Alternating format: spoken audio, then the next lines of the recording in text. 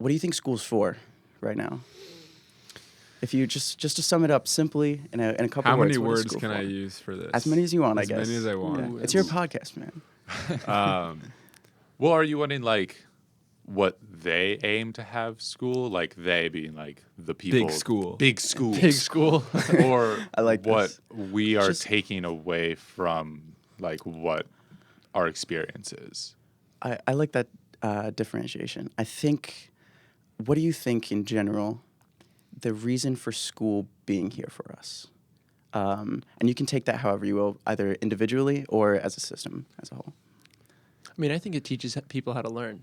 So I think that's the biggest thing is I think you take kids and you're like, give them a lot of structure and teach them how to learn, teach them how to sit in an office, teach them how to be structured and ordered. Yeah, I like That's it. the main point.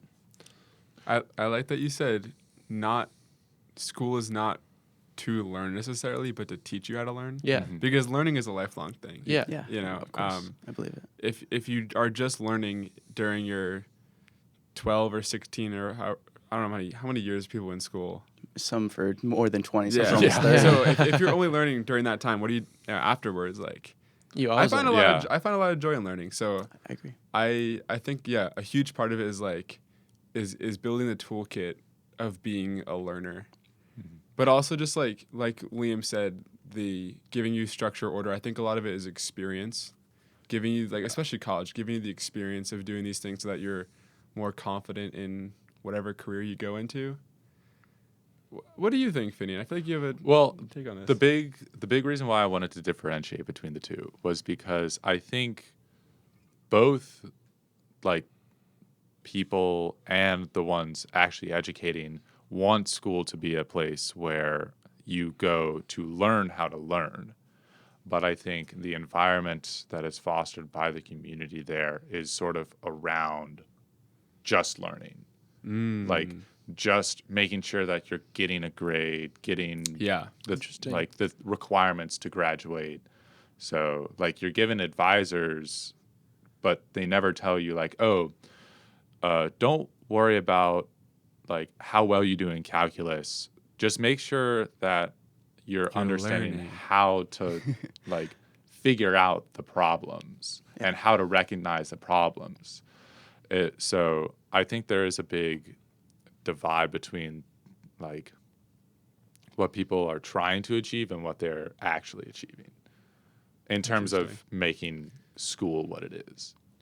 Yeah, I think I 100% agree with this, and that's a lot of the issues that I've come into is this idea of students wanting to learn how to learn.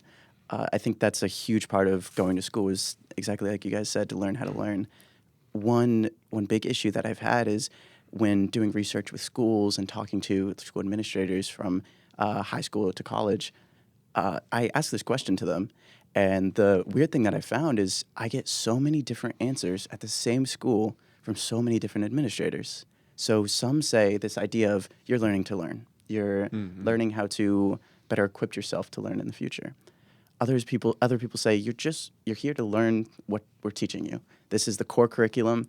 What we give you is this kind of, one-dimensional sort of mindset of you're learning what we teach you. Yeah. And there's this other mindset of we are teaching you how to better integrate into the workforce. That's, I think, the biggest one I get is how can we integrate our students into the workforce? Well, that's also probably a more college-specific thing, right? Yeah. A lot in high school. I've noticed it more in high school than in college, actually. Interesting. Yeah. Like my high school had CET or career technical education, and that's like a big thing they started to push later on. Just like classes that are specifically supposed to transfer into like welding or programming or stuff that can be actual skills you can use in the job. So is that a shift? Like has that been? Yeah, I think always been like that. I think it has been a recent shift. I think it's a healthier shift from when it was. In the past it was a very big, how can we get kids to follow orders? How can we're trying to integrate kids into the workforce. How can we get them to do this step-by-step list of do this, and that? And how can we make them do that as efficiently as possible? Yeah. And that's not learning. You're not learning. You're learning how to do a to-do list. that's not a skill that we want our kids to learn growing up, or at least certainly not me. Yeah. And that's a big thing that I see in especially lower level or like high school and not going into upper education like college. I think the big issue that we see, like you said, Finian, is there is this distinct difference in what students want and what students need from schools and the actual education they're provided. Well, I wonder how much of it is rooted in, like, I'm pretty sure public education was built originally to just teach people how to work in factories, like in its inception. Is that incorrect? It's Like, I wonder if the roots of that, if that's the case, have kind of translated into what it is now a little bit. Well, the roots of it have pretty much always been like a competition.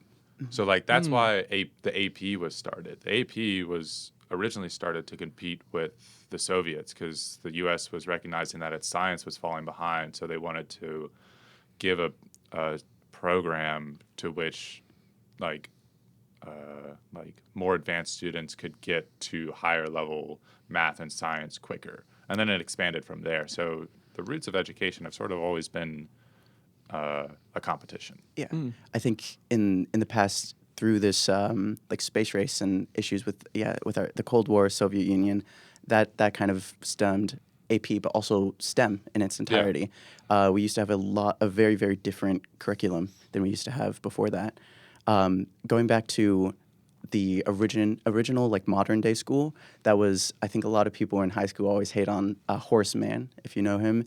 He's the man who created homework. So a lot of times you hear people hate on that person in This is like an high actual school. person people Yeah, know Horace about. Mann and some. Are you saying not well horse? known. Horace. Horace Oh, Mann. Oh. I was hearing Horace. horse. Horse Sorry, man. Horace Mann. Okay. And And this is like I may be that's like a last mispronouncing the name. Mann, the last name. There's an actual Horace college. Oh, Mann. like his first name Horace. Wait, is it last the last name name Horace Mann, Mann yes. School of the Deaf? Okay. Oh, that's crazy.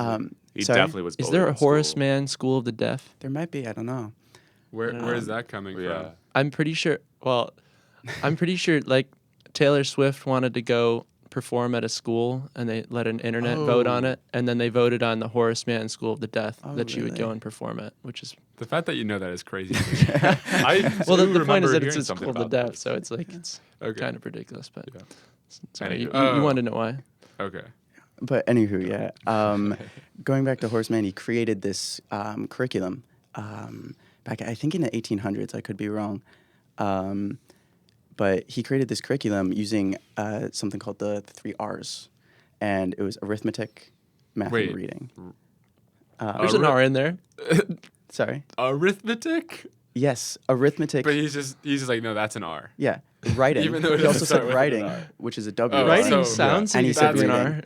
R. It wasn't the most. There was a reading for Linguistic this. There was a reason for this. Okay. I don't know it. I mean, it's easy to remember. Um, 3 R's. Like yeah. I'm gonna remember Arithmetic. the R's in all those words are important. So. Yes, Right. I like so it. true. They sound Ari at the beginning, I guess. Yeah. No, got but it. that's how we started, and initial schools were just about that. So you learned history, you learned how to read and write, and you learned arithmetic. Right. And it was very basic for the upper educated, and it was for people to gain intelligence and be able to do these things like reading and writing that people all around them could not do.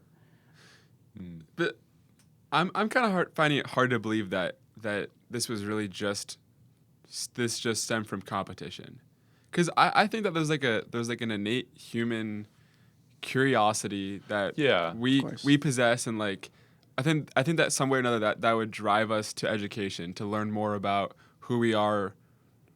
Like, yeah, I think a lot of it stems from curiosity.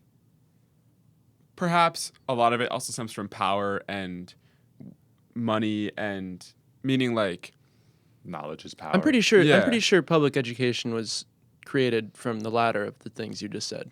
very interesting. I mean I that would like makes to- sense as far as I would like to human incentives to make education yes, systems. but if we didn't have curiosity, I don't think I think that's got to be a True. part of it. Yeah.